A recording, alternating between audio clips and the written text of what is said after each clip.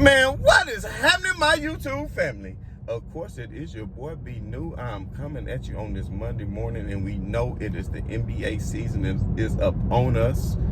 It is one day to go until we tip off for tomorrow, and I know all of you are excited, just as I am. And first and foremost, I want to send out positive vibes and vibrations to everybody. But before we jump into what we need to talk about today, I need to just touch on one thing, and I'm going to utter a phrase that I thought would never come out of my mouth, and that is, how about them Cowboys?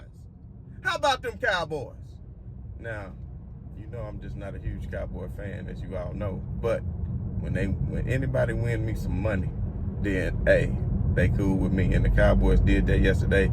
They did just as I thought they would. I took them in the straight up, not once, but several times, even during the course of the game on some of that live action. But what you need to realize is, I don't know if some things were set up or what was going on, but there were several plays where the Cowboys, I don't know, there was just some untimely holding calls. It seemed like every time the Cowboys was about to put the game away, be in field goal range, be able to run the clock down, now it's a hold, you know, just kept putting themselves into a lot of holding situations. Now, there were some holds, but there's damn near holds on every play, and some of those holds, it was kind of wishy-washy that they called. And then not only that, on the 3rd and goal, when Dak Prescott went through with the quarterback sneak, there was clearly a touchdown. They didn't give it to him. They didn't even try to review it. And then we all know what happened on the subsequent play with him trying to QB sneak it, and the ball gets knocked out of his hand. And, I mean, even the interception before the half, that was crazy because, I mean, every time Dallas would get down there, they played so many possessions inside of their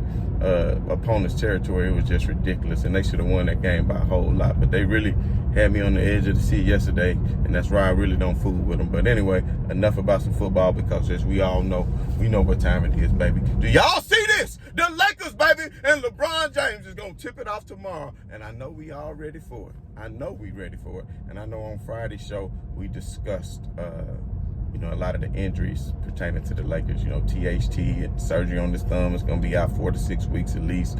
You know, Wayne Ellington, he's going to be out for a little bit of time. You know, he's a great three-point shooter. You know, Trevor Ariza, he's going to be out with that ankle for a little while.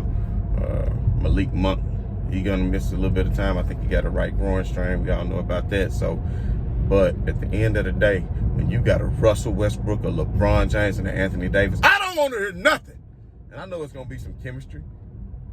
Even when LeBron and D-Wade and Chris Bosh got out the gate slow their first year in Miami, there's always going to be chemistry issues, and you got to get things settled in. And, of course, with the injuries, it's going to be a lot of rotating parts. But I saw some good lineups that they trotted out in that last game. And I know people keep saying 0-6, oh, they look bad, oh, they look bad. Man, I'm here to tell you, nobody care about preseason. Nobody. Let's see what happens when something is actually at stake. Because when something actually at stake, you might see Anthony Davis playing a little bit harder. You might see a little bit of the emotion out of a LeBron James. But you know, that's like, even LeBron said practice was more important than preseason. So we all understand what's going on tomorrow. I'm here to tell you what's going to go down. But we'll talk more about that on tomorrow. Because what I really want to do is, before the season tips off, I want to complete my top 30 list. I want to complete that. And I think we got all the way down to number 17 on last show. So I'm going to try to see how far we can get on today's show. So coming in at number 16, I have Scottie Pippen. And a lot of people do not give Scottie Pippen his due credit. A lot of people just think Michael Jordan did everything by himself. He's so glorified, and they look down on Scottie Pippen. And you might think I have Scottie Pippen ranked highly on my list at number 16. And you might say, well, that's number 16. You know, some people had the audacity to say he's not even in the top 50. But what y'all fail to realize is Scottie Pippen, you might just look at his number and say he only gave you 18 points, 5 assists, and 7 rebounds a game. But you also got to look, every game he also gave you 2 blocks and 2 steals. So you know every game you're going to get a couple of blocks and a couple of steals out of Scottie Pippen. And the way he was going to play, his defense is going to be very tenacious. And he doesn't get the credit that he deserves for the lockdown defense that the Bulls played all through the 90s. It wasn't just Michael Jordan who was superb in defense himself, as we all know. And if think about it, Scottie Pippen took the same amount of shots as Jordan. Who knows? He might have way more points than Jordan. But you got to think about it. Scottie Pippen, he's still 7th all time in steals. So that lets you know something. That lets you know something about what he brought on the defensive, about what he brought on the defensive end of the floor.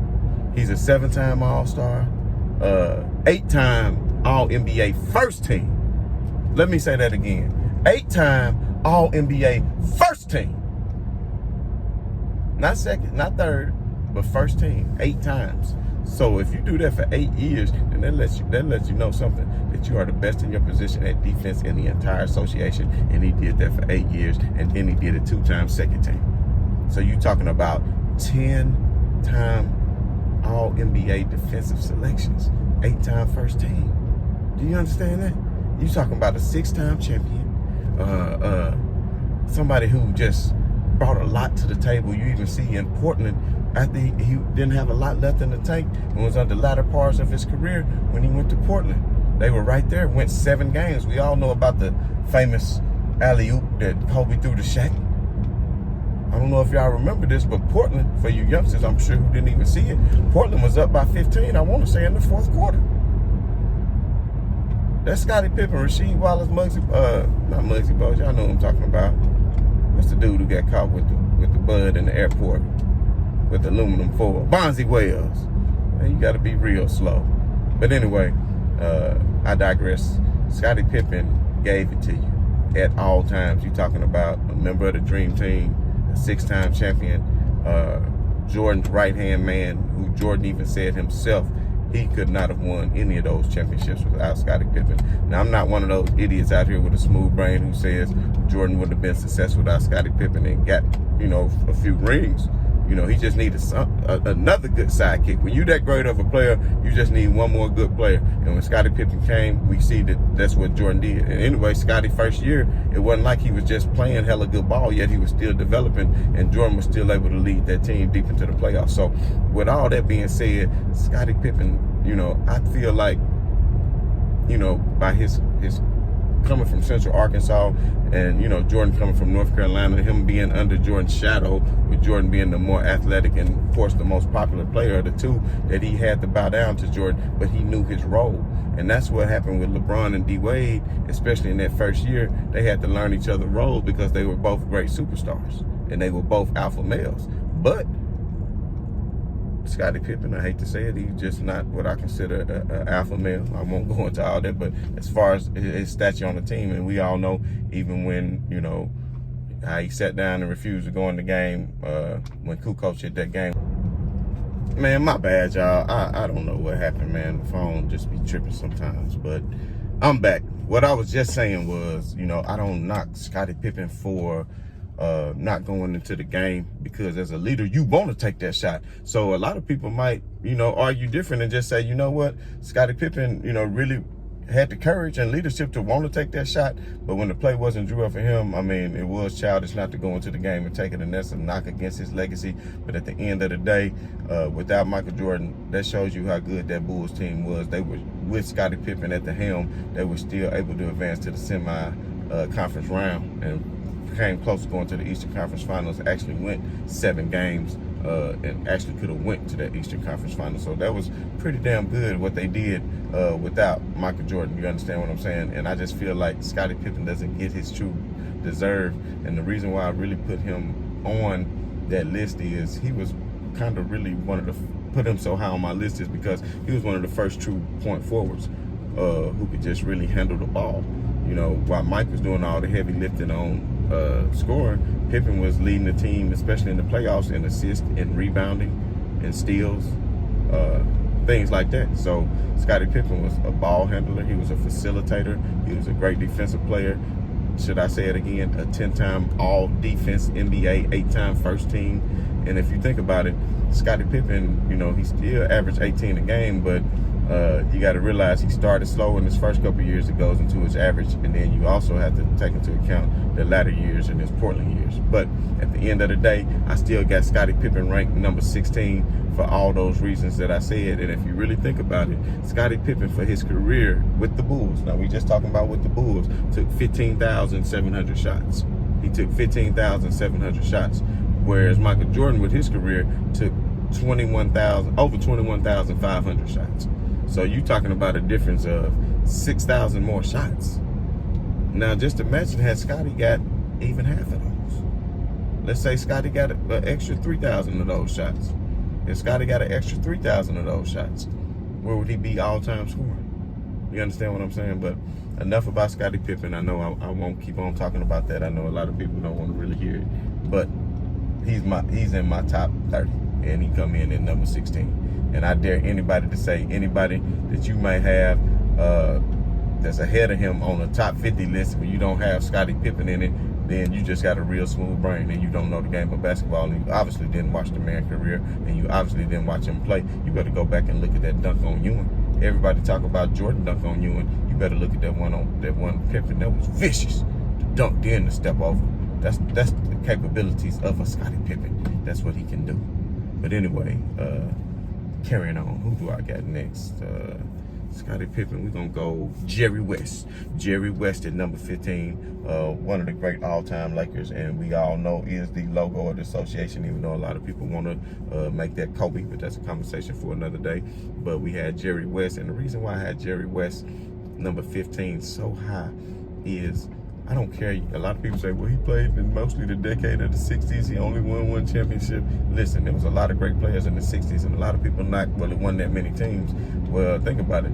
If we got rid of half of the teams right now in the NBA, then who's gonna be in the association? The cream of the day, cream. You understand what I'm saying? Because you eliminate all the sorrier players. And if you take the league right now from 30 teams or whatever down to 12 teams, how talented will the league be? So think about it.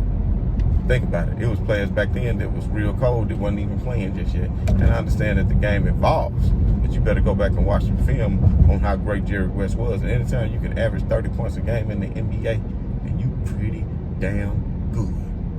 You pretty good.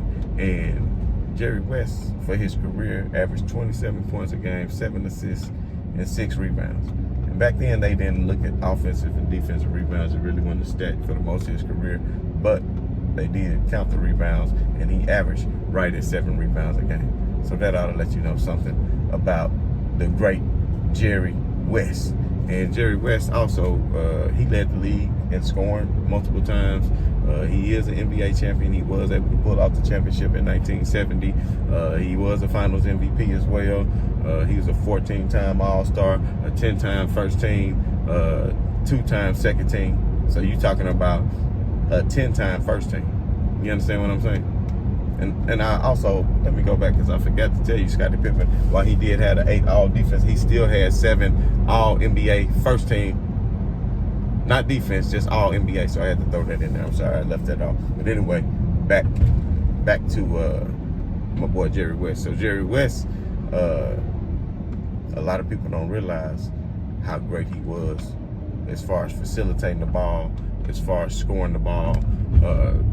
It was just a shame that the Celtics teams that he was going against was just too great. The Lakers really, as far as the depth, they didn't really have the depth or anything that the Celtics had. And we all know the Celtics won how many championships Bill Russell won and why. And a lot of people will accredit Bill Russell to that, which of course he was a great player and had a lot of dominance and contributed to the dominance of the Celtics. But let's not forget about all the other great legends that the Celtics brought to the table during that time frame. So with all that being said, these people trying to run me out the road, so I'm just trying to be careful out here because some people just really don't know how to drive. But anyway, back to what I was saying, Jerry West to me is one of the greatest Lakers of all time, and he is one of the best NBA players of all time. And like I said, he was 6-time All-D.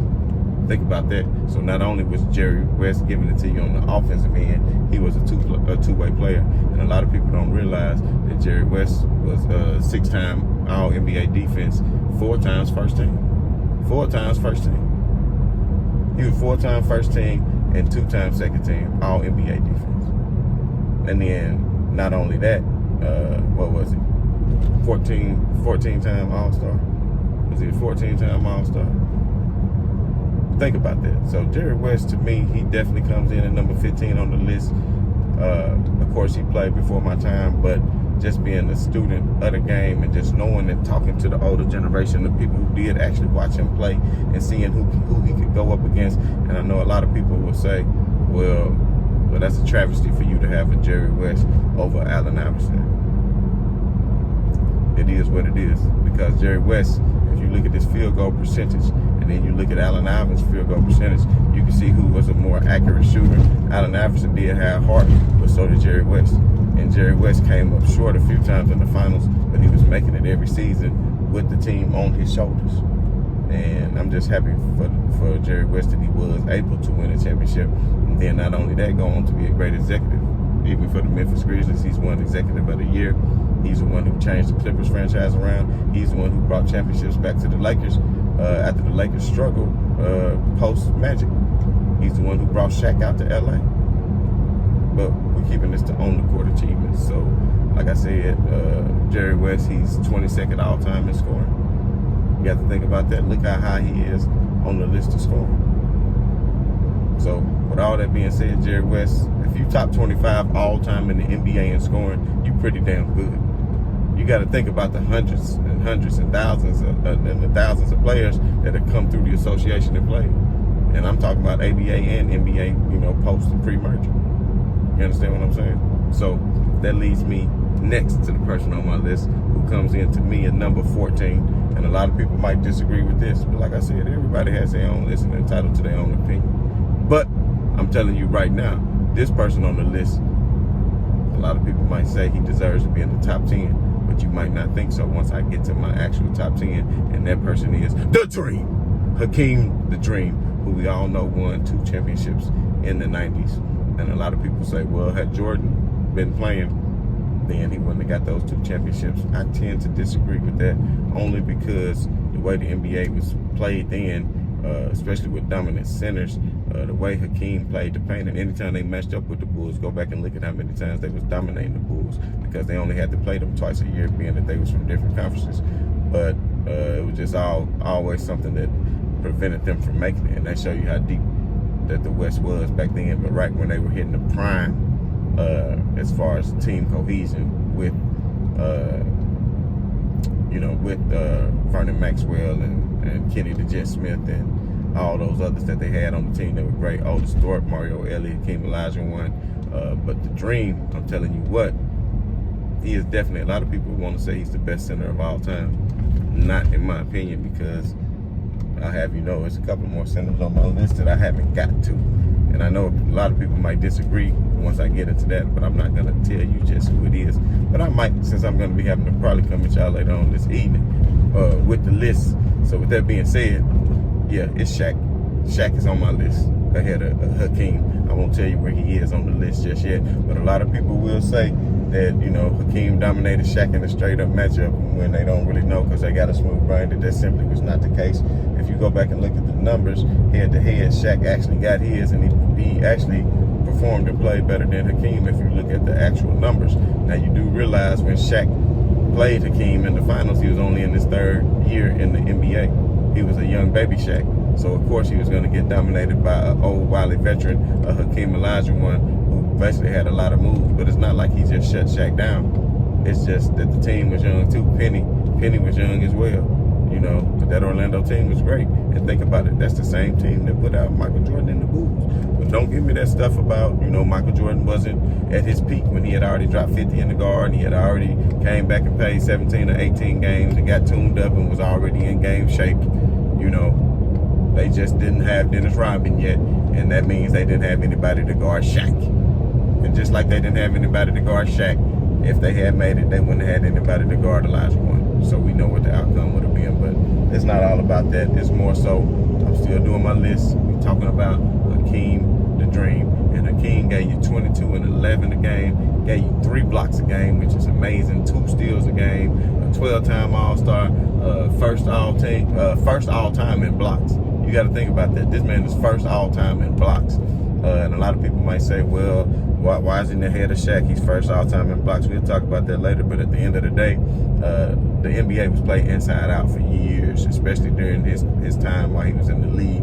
So if you're going against a lot of other, I won't say mediocre centers, but people that you're better than, then you're going to get a lot of blocks down in the paint. That's just that. And that's what he did. But at the end of the day, he a 14-time All-Star. He 10-time first team. He's 6-time All-Defense and 4 times second team All-Defense. So you talk about 10-time defensive selection, and Hakeem the Dream Olajuwon. He's a great humanitarian. The things that he's done for Nigeria and for the just people back in his homeland. I would just say Hakeem the Dream definitely ranks up there. I mean, the move that he had, the footwork that he has, and he's actually given a lot of tutelage to a lot of centers today who he gave guidance to. He had a great fall away shot. His fadeaway was so good when he was at that range, but it was only from there about 10 to 15 foot range where he did that. But he definitely had moves in the paint, and he is one of the greatest to have ever played the game, and that's why he comes in at number 14 on my list. So I got to get moving along, y'all. So number 13 on my list, I have a current player. Lo and behold, so far I think I only had 2 current players so far in this top 30, which these things are going to be changing soon, so we'll reevaluate this again maybe in a couple of years. But I have the great Steph Curry. Steph Curry, number 13 on the list. And a lot of people are saying, how could he be 13 on the list? What has he done? You know, you got the dream, blah, blah, blah. You got everybody else. But at the end of the day, Steph Curry has revolutionized the way the game is played today. He is the best shooter ever. How can you not have the best shooter ever? How can you not have the best shooter ever on your top 15 list? And I think he can definitely move over some. I'm sorry, y'all, that kind of had me distracted. I thought somebody was trying to pull over or something. What's going on? But anyway, Steph Curry, we all know what he's done. He's been a 2-time MVP, already the first ever unanimous MVP, which LeBron, of course, should have got one of those. I don't see why Jordan never got one either. But at the end of the day, the only ever unanimous MVP, averaged 24 points a game, 7 assists a game, and 5 rebounds a game. He's led the league in steals before, and that's just something he started to do a little bit better. Over the course of his career, is leading teams in steals. Getting better on his steals and upping his average and everything like that. So, as we all know, Steph Curry is a 6-time All-Star. He's revolutionized how the game is played. The epic battles against him and LeBron and the Cleveland Cavaliers are just great. And, of course, we know Kevin Durant did join them and help win. A lot of people might say Steph isn't so clutch because he hasn't been that great in the clutch. And we know in the waning moments of that finals, that 2016 finals, that nobody really hit a shot for quite some time until the shot by Kyrie. But I think that's because everybody was mentally and physically exasperated at this point. So Steph Curry, to me, the way he has revolutionized the game of basketball with the 3-point shot, just being as accurate as he is, being able to just hit anywhere. If you were starting a franchise in today's game, who would you take first, Hakeem or Steph? I'm gonna rock with Steph, only because of what he brings to the table. Hakeem, for his era, yes, but for this era, where 3-point is greatly emphasized, and 3 we know is worth more than a lot than 2, and the energy that it brings the crowd when you start to make them like that, we know what Steph brings to the table. I know they didn't make the playoffs last year and they fell to my Memphis Grizzlies, but at the end of the day, without Clay, it's tough to be that successful when you don't have another superstar beside you. And we all know, I have my videos for the dynamic duos and throughout the course of the history of the league. And you have to have that person, just like I just talked about with Pippen and Jordan. We know Isaiah and Dumars. We know Kenny and Shaq. We know LeBron and D Wade. We know Bird and McHale. You understand? We know Magic and Worthy, or Magic and Kareem, or however you want to look at it. It takes other great players. You understand what I'm saying? But with all that being said, Steph Curry, he definitely ranks up there. I think right now he's like 70th all-time in scoring. But just within this year, I know the way he scores, he will jump like 20 different people as he moves up on the list, and who knows where he'll finish. And And that's what I said. I think if he can finish top 10 scoring, which I think is possible depending on if he's injured. And you got to realize he missed the whole season. And then early in his career, he missed over half of a season. So with that being said, I just feel like even though Steph Curry doesn't give it to you on the defensive end of the floor, let's not forget he did lead the league in steals. He did lead the league in steals. So I gotta give props out to Steph Curry for being the great player that he is and changing the game of basketball. So right now I have him on 13, and I think he's capable of moving up. And who do I have next? Number 12. And for you naysayers out there saying, I'm just throwing people in here because, they went against LeBron and that's making LeBron James greater, just stop with the smooth brightness. I'm putting out here who is quality competition, because if that's the case, then I wouldn't have coming in at number 12, the mailman Malone, who, as we all know, battled Jordan twice in the finals. And I think is one of the greatest players of all time, even though we won't talk about his off-the-court issues. But Karl Malone, he was a great player. Him and John Stockton, and you saw John Stockton where he was on my list earlier, but Karl Malone, for his career, he's second all-time scoring, and we know that's some longevity, but think about how many points he's giving it to you, because there's been plenty of players that had longevities and wasn't giving it to you like Karl Malone. And Karl Malone was set up a lot nicely by John Stockton, but it just wasn't John Stockton that made Malone great, because we all know what Karl Malone did, even when he was a Laker just for that 1 year, when he was at the end of being great, when he was already way past his prime when he joined the Lakers. And we all know the Lakers, I think, lost their finals because Karl Malone wasn't available. He sprained his knee in game 3. You understand what I'm saying? And he played injured in game 3 and game 4. He couldn't even play in game 5 because he was so hurt, but he gave it his all. But you got to realize the Lakers, when they acquired Karl Malone, they was 18-3 out the gate, looking like the best. Nobody's gonna stop them. 18-3. Oh, it's not fair. Look at this super team Lakers. But then when Karl Malone hurt his knee against the Suns on that 23rd or 24th game, and then missed the next 30-some games, the Lakers slid all the way down to the 5th or 6th seed. Don't forget that.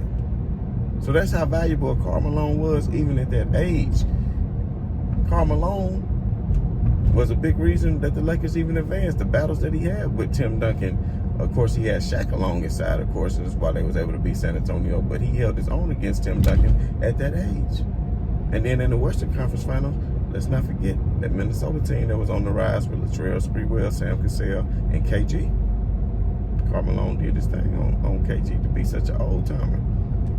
And Minnesota was not able to advance to their first finals in their franchise history and still never have. So give Karl Malone his credit, his due justice, and his praise. Karl Malone is 25 points a game for his career, 25 points and 10 rebounds. So anybody get you 25 points a game and 10 rebounds, you're talking 25 and 10. And that was also going against other great power forwards at the time, going against the likes of Charles Barkley, especially once Charles moved to the Western Conference Finals. You understand? I mean, you got to give it up to Karl Malone. Karl Malone was a great player.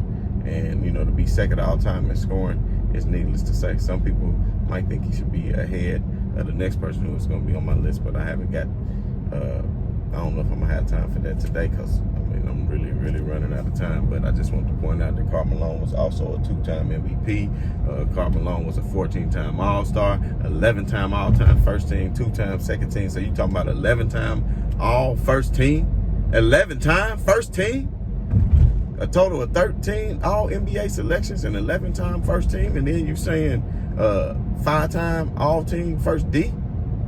Man, you got to go and give it up for Karl Malone. So, like I said, I'm running out of time today. I think I'm gonna come back here in a little bit this afternoon, if granted time. I want to get through this top 10 list, y'all, so we can get ready for the season tomorrow. Maybe tomorrow, on tomorrow's show, I can go ahead and, because we only on number 12.